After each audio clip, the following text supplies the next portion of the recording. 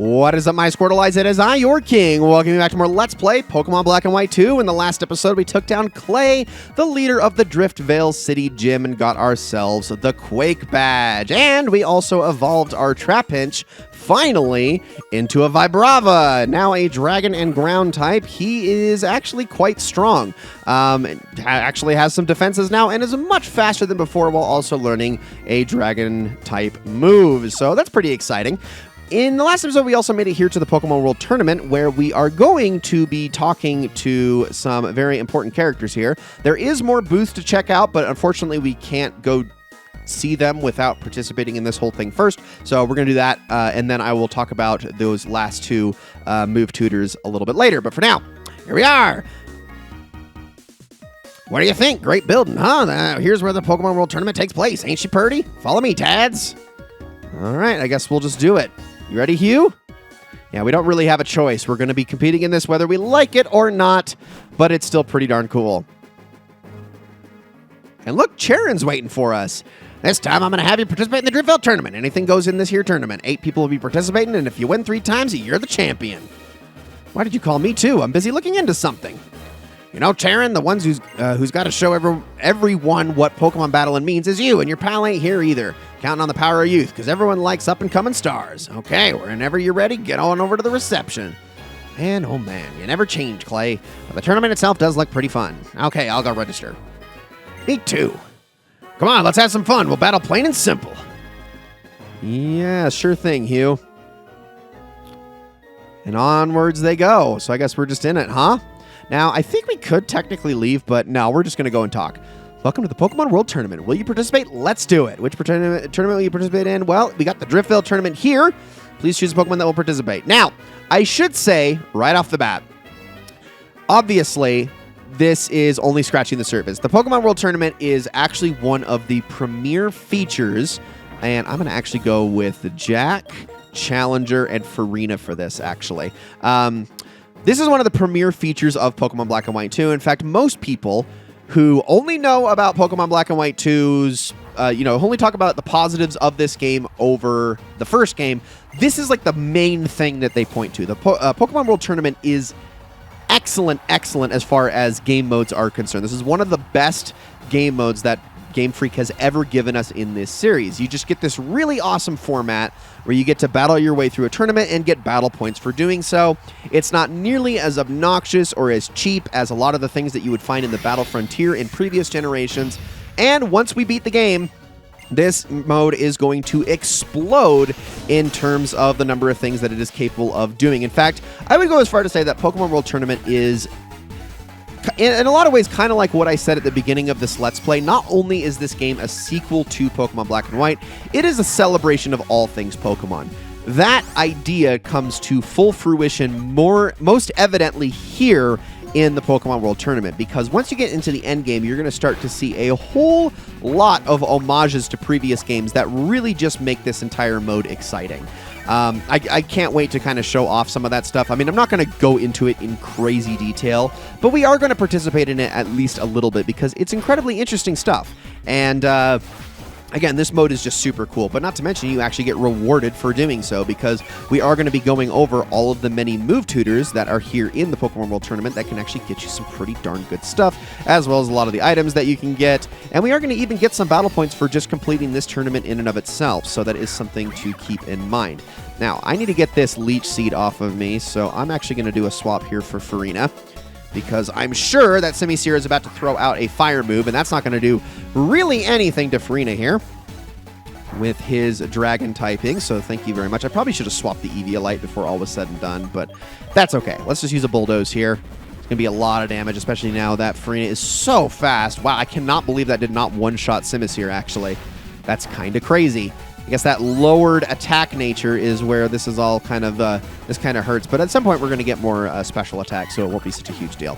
Down goes Simisear, and then finally we got Tranquil, and I'll actually keep Farina out for this one. We'll just go with the Rock Slide here.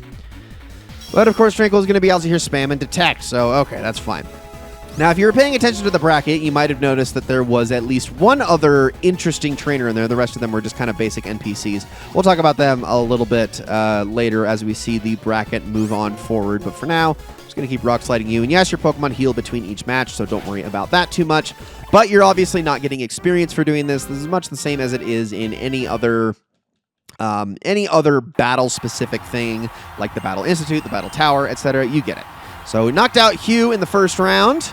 Get a nice celebration. Let's check out the other matches. Turn your attention to the giant screen. So we beat Hugh. And then you got Charon. And it looks like Charon beat the... Was his name? Oh, his name was... I almost called him the Butch. His name is Butch. Sorry. Looks like Celsius beat Euro. And then Colress beat... Was his name Lester? I think that's what it was. Anyway, we're battling Charon next. And this is the main reason I wanted to have Jack in this, because obviously Charon is still going to be using his normal type Pokemon. Remember, the young Pokemon trainer battling for his ideals is Charon! All right. Now let's see what's next. I love the stuff they shout. Win! Can you imagine? Can you imagine, like, sitting front row at, like, a football game, and then that's all you shout the entire time is just win! Win the game! Win the sport game! Win! And, yeah, you'd be looked at like you are an alien. Anyway, battling Charon, here we go. He's going to be starting off with this Stoutland. And, again, this is exactly why I wanted Jack for this, although, of course, the Stoutland is going to have Intimidate, which is going to cause me... Oh, it doesn't! Oh, this one doesn't have Intimidate. Okay, well, that makes my life a lot easier. So there we go. We'll just do a lot of damage to Stoutland. Use Work Up, but that's not going to really cause me any problems here, so I'll be fine. What even is Stoutland's other ability? I actually don't know. Okay, hold on a second. I'm literally pressing the wrong button. What am I doing? Out here spamming B, trying to go through my menu because I'm not paying attention at all while I'm trying to focus on... Because I keep forgetting Stoutland's other ability. I swear it was always Intimidate. It's Sand Rush. Why is it Sand Rush, dude? You don't need Sand Rush on your Stoutland. That just seems incredibly counterintuitive. But all right. Chinchino's not going to really survive because it doesn't have great defenses. It's got a great ability, but that's really all it is known for. And finally, Watchog, which is the only thing in this team that might be faster than Jack. It is not. Okay. Even easier. Man, we got this huge level advantage. It kind of sucks that everything in the Pokemon World Tournament is so much lower level than even what we were battling in the Driftville gym. Like, you would think they would put him, like, on even playing field, but I think they kind of want this tournament in particular to be easy. By the way, the Pokemon World Tournament is not inherently easy all the time. In fact, there are a lot of times where it gets very, very difficult. But we have beaten Charon, and I'm going to assume that Colress won. Yep, Colress was never into any danger. It was an extremely easy victory. So that's right. For the championship, we are going to be battling Colress. Comes down to this match. May enters. This would be the first title win.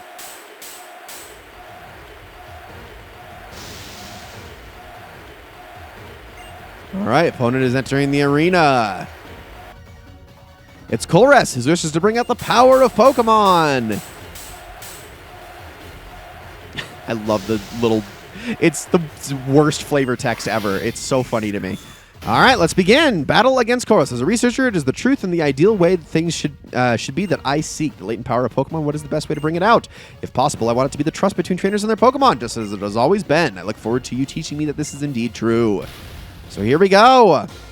Now, Colress, he's going to have some interesting Pokemon to throw at us, although not too dissimilar from the first time that we battled him, but obviously at stronger levels. And I think he only had 2 the first time we fought him. Well, now he's got 3. We're going to start with a Magneton, which, again, should not be too much of an issue for Jack. In fact, because Magneton does not have Levitate, I'm actually going to start this off with a Bulldoze, because that is going to be quad effective against this Steel and Electric type. Would rather use that than my stab Force Palm. So that was really easy. But then we have LGM, and LGM actually has some decent stuff on it. I'm going to use Bulldoze on you. It does not have Levitate, and it should take a little bit of damage there. There we go. And it's just going to use Growl. Okay, interesting choice. I almost want to switch here, and I think I'm going to, actually. Let's switch on over to Challenger for this.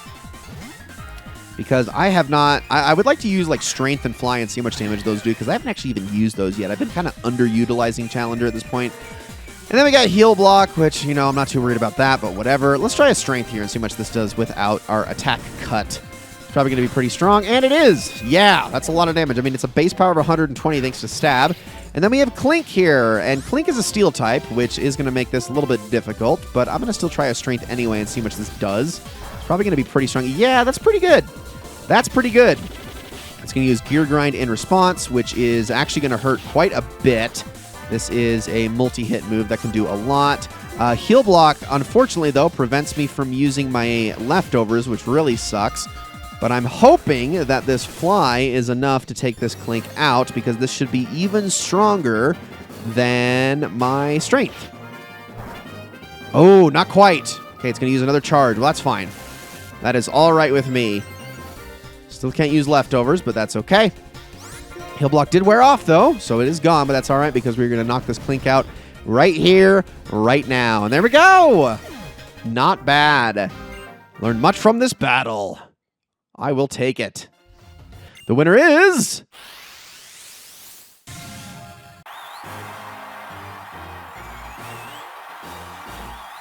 I just love the presentation of the Pokemon World Tournament. Just as I expected, your Pokemon must be happy to be by your side. You bring out the best in their power. This concludes the Driftville Tournament. See you in the next tournament. All right, we did it. Very, very simple fight. Congratulations on winning the Driftville Tournament. As a result of your victory, you'll be rewarded battle points. And we get 1 battle point because that was a very easy tournament. But we will take it. Hope to see you again. And now, battle points will go up depending on the difficulty of the tournaments that you do. We'll talk about this again more, though, once we hit the end game. An outstanding battle, Runts. Now, everyone's gonna want to join in on this here tournament and show their stuff. Oh, including Roxy. Hey, you two, haven't you got any wild and crazy Pokemon battles to show me? Guess I'll have to enter the tournament myself and rock the audience right out of their seats. See what I mean? People are pouring in already. If the strongest trainers from all over join up, it'll raise up everyone's level of skill. And then little old Driftville City will grow even more and make a heap of money. So keep on busting those battles and rallying everybody up. See ya. Spoken like a true capitalist. Well, is that all? That is all. Okay, well, let's take a look around here. Hello, welcome to the Exchange Service Corner. Would you like to trade in your BP for some fabulous prizes? Let's take a look and see what they got. All right, so you can see here that we got ourselves some TMs that can only be bought this way. I'm going to be honest, not a ton of these TMs really set my world on fire, at least not a lot of the more expensive ones.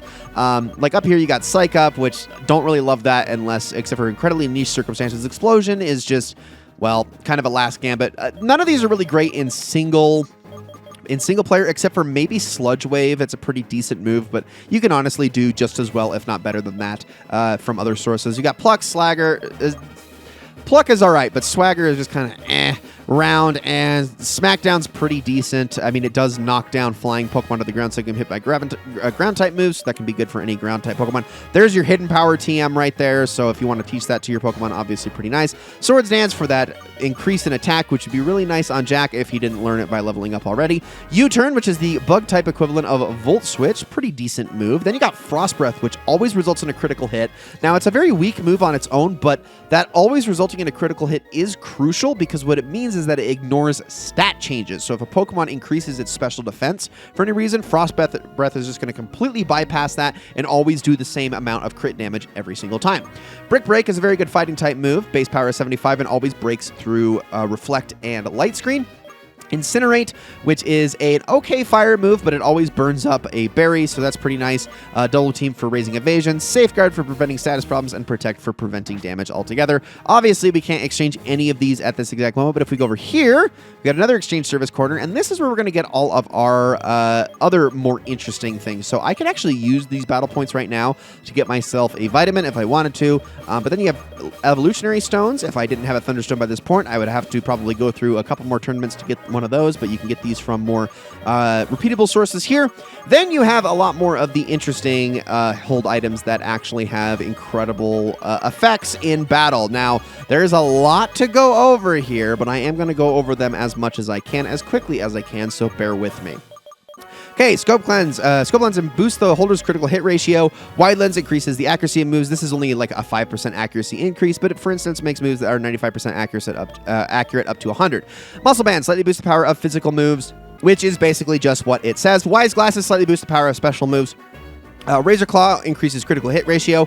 Razor Fang, allies flinch when the holder inflicts damage. These can also be used as evolutionary moves. Razor Claw is actually necessary for Sneasel to evolve into Weavile. Binding Band increases the power of binding moves when held. So this doesn't do an increase to the damage of Wrap itself on the initial hit. It's the subsequent turn-by-turn damage that it increases. I believe it actually doubles the power of them. So that can be pretty nice. Bright Powder lowers accuracy. Focus Band prevents a Pokemon that would have been hit with a one-hit KO from dying in 1 HP. It's the same effect as the Sturdy ability. Zoom lens also, if it moves after the target, its accuracy will be boosted. Iron ball. They cut speed. I believe they cut speed in half, but it makes flying type and levitating holders susceptible to ground moves. This is actually very useful for trick room teams in case you ever need to lower a Pokemon speed even more to make it more strong in those situations without necessarily being of a certain type. Air balloon, we've talked about this one, prevents them from getting hit by ground type moves, but if the user gets attacked at all, it bursts and it's no longer has an effect. Power bracer, belt, lens, band, anklet, and weight. All of these reduce speed stat, but they are used for doubling the effort values of that specific stat. So you got attack, defense, special defense, speed, and HP respectively. This is, I mean, essentially the power brace, not bracer, but the power brace, or sorry, not power brace, macho brace has the same effect, but it is more of a catch-all effect. This is for focusing on a specific effort value stat if you're wanting to go after that, but it has a slightly stronger effect. Toxic Orb poisons a holder in battle, and Flame Orb inflicts burn on the holder in battle. You might wonder why you would ever want these. There are times where you can throw them at Pokemon, it can inflict those, but what's an even better utility is with certain Pokemon that have certain abilities, like, let's say, Guts, or what is the other one? Poison Boost or Toxic Boost, where if they are inflicted with one of these inflictions, they actually receive benefits as a result.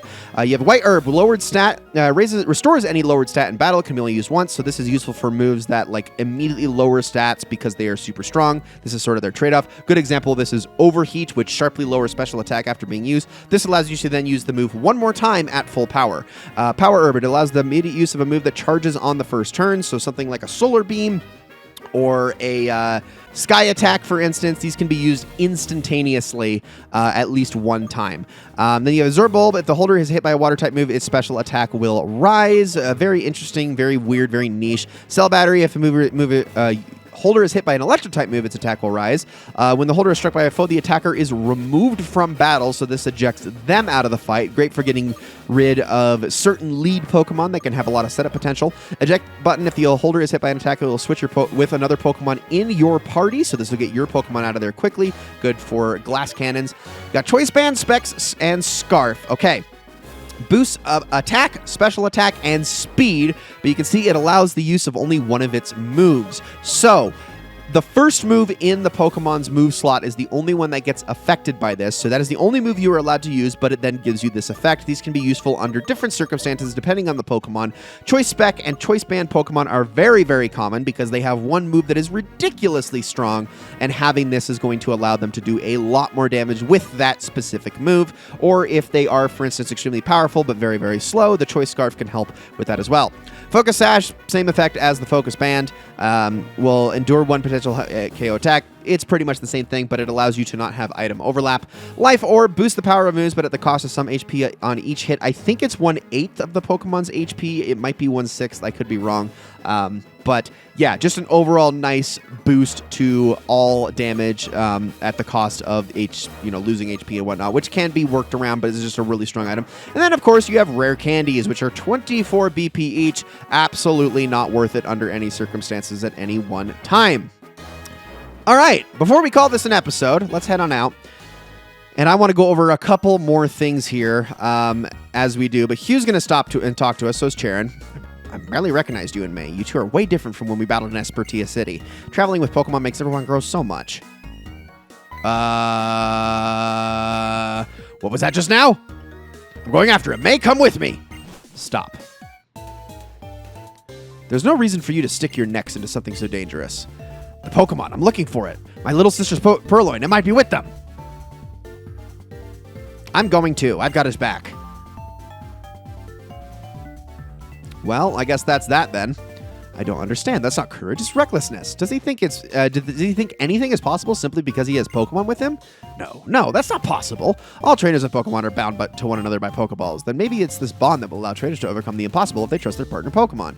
I mean, isn't that literally what you just were like saying that you were looking for in our World Tournament battle, dude? Like, I'm pretty sure I demonstrated that by beating you, and then now you're just like, no, it's inconclusive. Anyway, last thing before we finish this episode. Let's go over here. So we got this guy right here, the ultimate moves. Pokemon with you can't learn these moves. Go talk to my wife. Keh! He's going to get all mad at me. And that's because my Tomoe has not evolved into Samurott. The moves he teaches are only available to the fully evolved forms of every single starter type Pokemon across the game. In this game, obviously that meaning Superior, Emboar, and Samurott. For Superior, he can teach the move Frenzy Plant. For Emboar, he can teach the move Blast Burn, and for Samurott, he can teach the move Hydro Cannon. These moves are Hyper Beam in their respective elemental forms. So Grass for Superior, Fire for Emboar, and Water for Samurott. They have a base power of 150, they have an accuracy of 90, and they have to recharge after one turn of using it. It is an extremely strong move, obviously far and away stronger than any Water Pulse that I'm going to be using. However, when I get around to getting it, I do not want to get rid of Water Pulse, not just yet. We're going to go over how it's going to be incorporated onto Tomoe in due time, but for right now, we're going to pass on that. It's not going to really be a thing. Instead, we'll talk about it once we get around to actually evolving Tomoe. But we also want to talk to you. Hey, the professor gave you a Pokemon to start your journey, right? That Pokemon's still with you, and you two have a strong bond. There's a special move it can learn. Want me to teach it a battle combo move? Which Pokemon can learn the move? And that is going to be Tomoe. So again, this is only for the starter Pokemon. But if you have multiples of these, this is where these moves get interesting. So Tomoe can learn what is known as Water Pledge. If she was a Superior or a Servine, she could use Grass Pledge, excuse me, cannot speak right now, and Pignite can learn Fire Pledge. I mean, it really doesn't matter what form they're at, but they can learn this move. Now, these moves on their own are pretty decent. They have a base power of 75, accuracy of 100.